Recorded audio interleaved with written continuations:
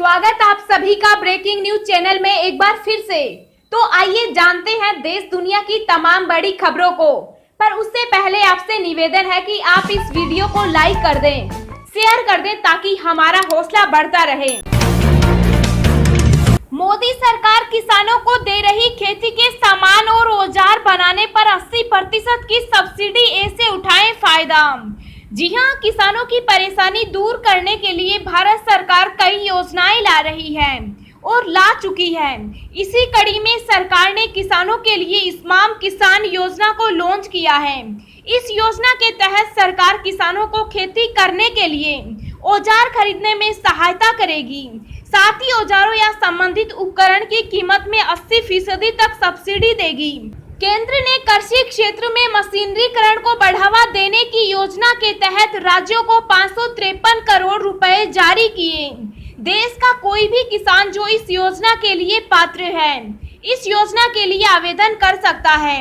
इस स्कीम का फायदा उठाने के लिए चाहिए होंगे दस्तावेज, आधार कार्ड, लाभार्थी की पहचान के लिए पासपोर्ट साइज फोटो, भूमि विवरण जोड़ते समय रिकॉर्ड करने के लिए भूमि का अधिकार, बैंक पासबुक के पहले पेज की एक कॉपी जिसमें लाभार्थी की जानकारी होती है, किसी भी आईडी प्रूफ जैसे Aadhaar card, driving license, voter ID card, PAN card, passport की कॉपी, SC, ST, OBC के मामले में जाति श्रेणी प्रमाण पत्र की कॉपी। इस योजना का लाभ लेने के लिए आप आधिकारिक वेबसाइट पर जाकर मदद ले सकते हैं। आधिकारिक वेबसाइट का लिंक इस वीडियो के डिस्क्रिप्शन में है। अधिक जानकारी के लिए आप अपने राज्य के अनुसार नंबरों पर संपर्क कर सकते हैं। नंबर भी वीडियो के डिस्क्रिप्शन में है। मधुमक्खी पालन और मिट्टी के बर्तन का काम शुरू करने के लिए मिलेगी मदद, पेश हुए दिशा निर्देश। जी हां, युवाओं को अपना खुद का रोजगार शुरू कर बेहतर आय जुटाने में मदद करने के लिए सरकार ने आज 2 योजनाओं के लिए दिशा निर्देश पेश किए हैं। सूक्ष्म, लघु और मध्यम उद्यम MSME मंत्रालय ने गुरुवार को मिट्टी के बर्तनों और मधुमक्खी पालन से जुड़े काम को शुरू करने के इच्छुक लोगों की मदद के लिए नए दिशा निर्देश दिए हैं। नए दिशा निर्देशों के मुताबिक मिट्टी के बर्तन बनाने के लिए सरकार कुम्हारों का चाक और मिट्टी तैयार करने के उपकरणों के लिए मदद देगी। इसके साथ ही सरकार कारीगरों को मिट्टी के बर्तन या फिर मिट्टी के अन्य सामान बनाने के लिए ट्रेनिंग भी देगी। दोस्तों, अगली खबर जानने से पहले आपसे एक रिक्वेस्ट है कि इस वीडियो को बनाने में मुझे बहुत ज्यादा मेहनत लगती है, तो इस मेहनत के लिए वीडियो को एक छोटा सा लाइक जरूर करें। कोरोना से देश भर में 382 डॉक्टरों ने गंवाई जान, IMA ने किया शहीद का दर्जा देने की मांग। जी हां, इंडियन मेडिकल एसोसिएशन ने कोरोना संक्रमण के कारण जान गंवाने वाले स्वास्थ्य सेवा कर्मियों की मौत का स्वास्थ्य मंत्री डॉक्टर हर्षवर्धन द्वारा संसद में जिक्र नहीं करने पर आपत्ति जताते हुए इस संक्रमण से जान गंवाने वाले 382 डॉक्टरों की सूची प्रकाशित की और उन्हें शहीद का दर्जा दिए जाने की मांग की।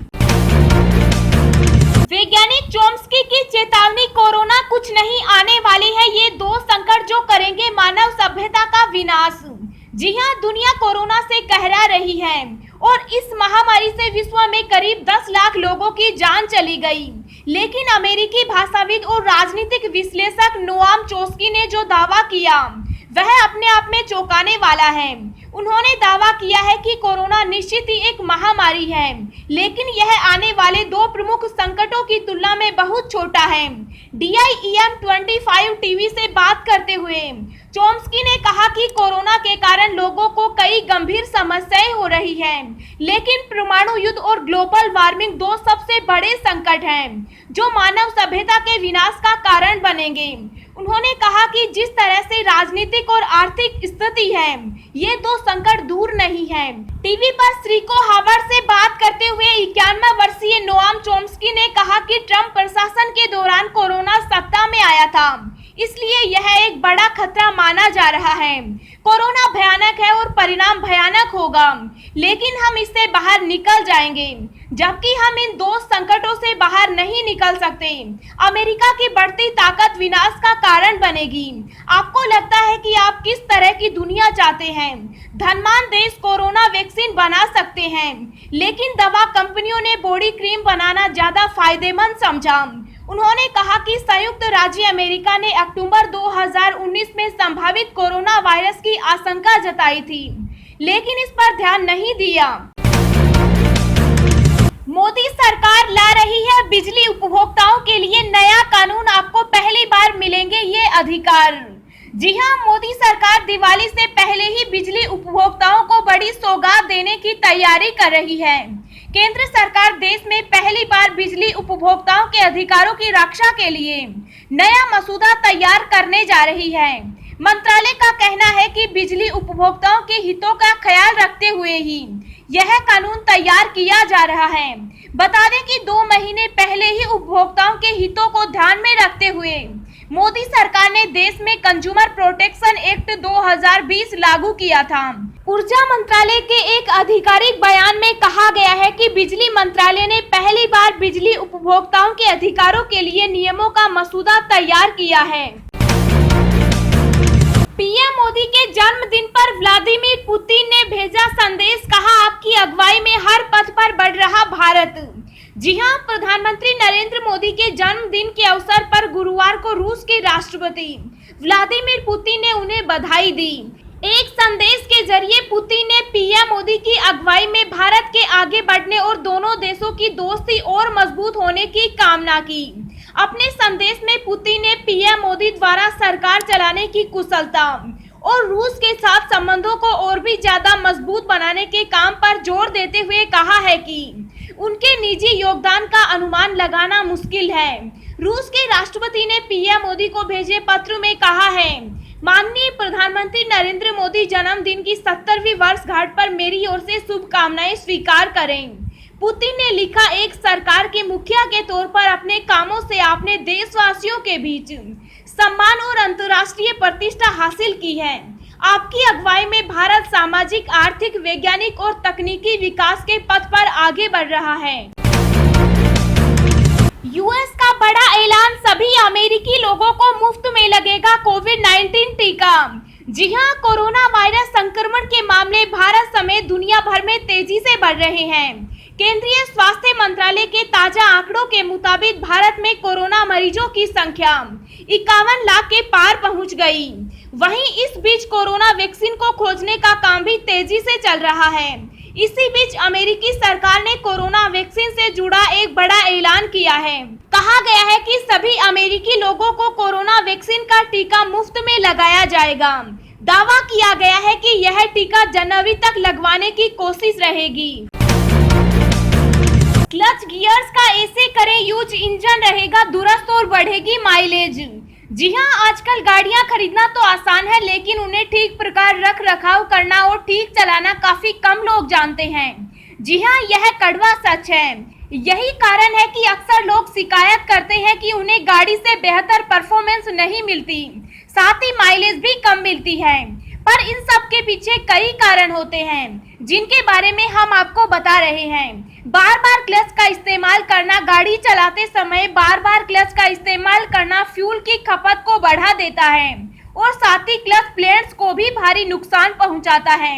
इसलिए जब जरूरत हो तभी क्लच का इस्तेमाल करें। इतना ही नहीं, ड्राइव के दौरान एक्सीलरेटर पेडल को आराम से दबाएं। ऐसा करने से आपकी गाड़ी में फ्यूल की खपत कम होगी।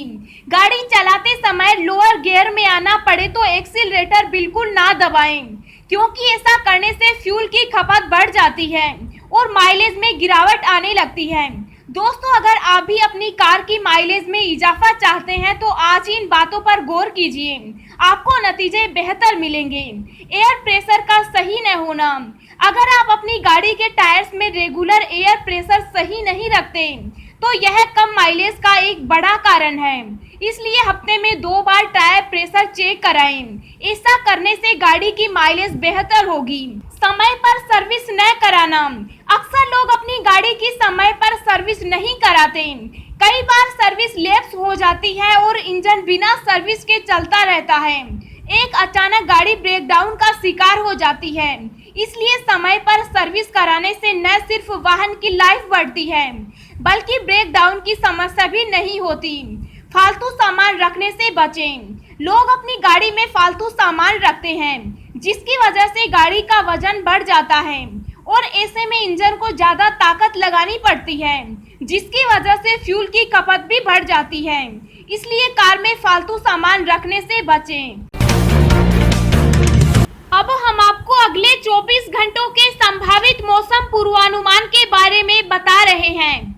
अगले 24 घंटों के दौरान उप हिमालय, पश्चिम बंगाल, सिक्किम, असम और मेघालय के कुछ हिस्सों में मध्यम से भारी बारिश होने के आसार हैं। अरुणाचल प्रदेश, कोंकण और गोवा के कुछ हिस्सों में, दक्षिणी मध्य महाराष्ट्र और बिहार के कुछ क्षेत्रों में हल्की से मध्यम बारिश हो सकती है।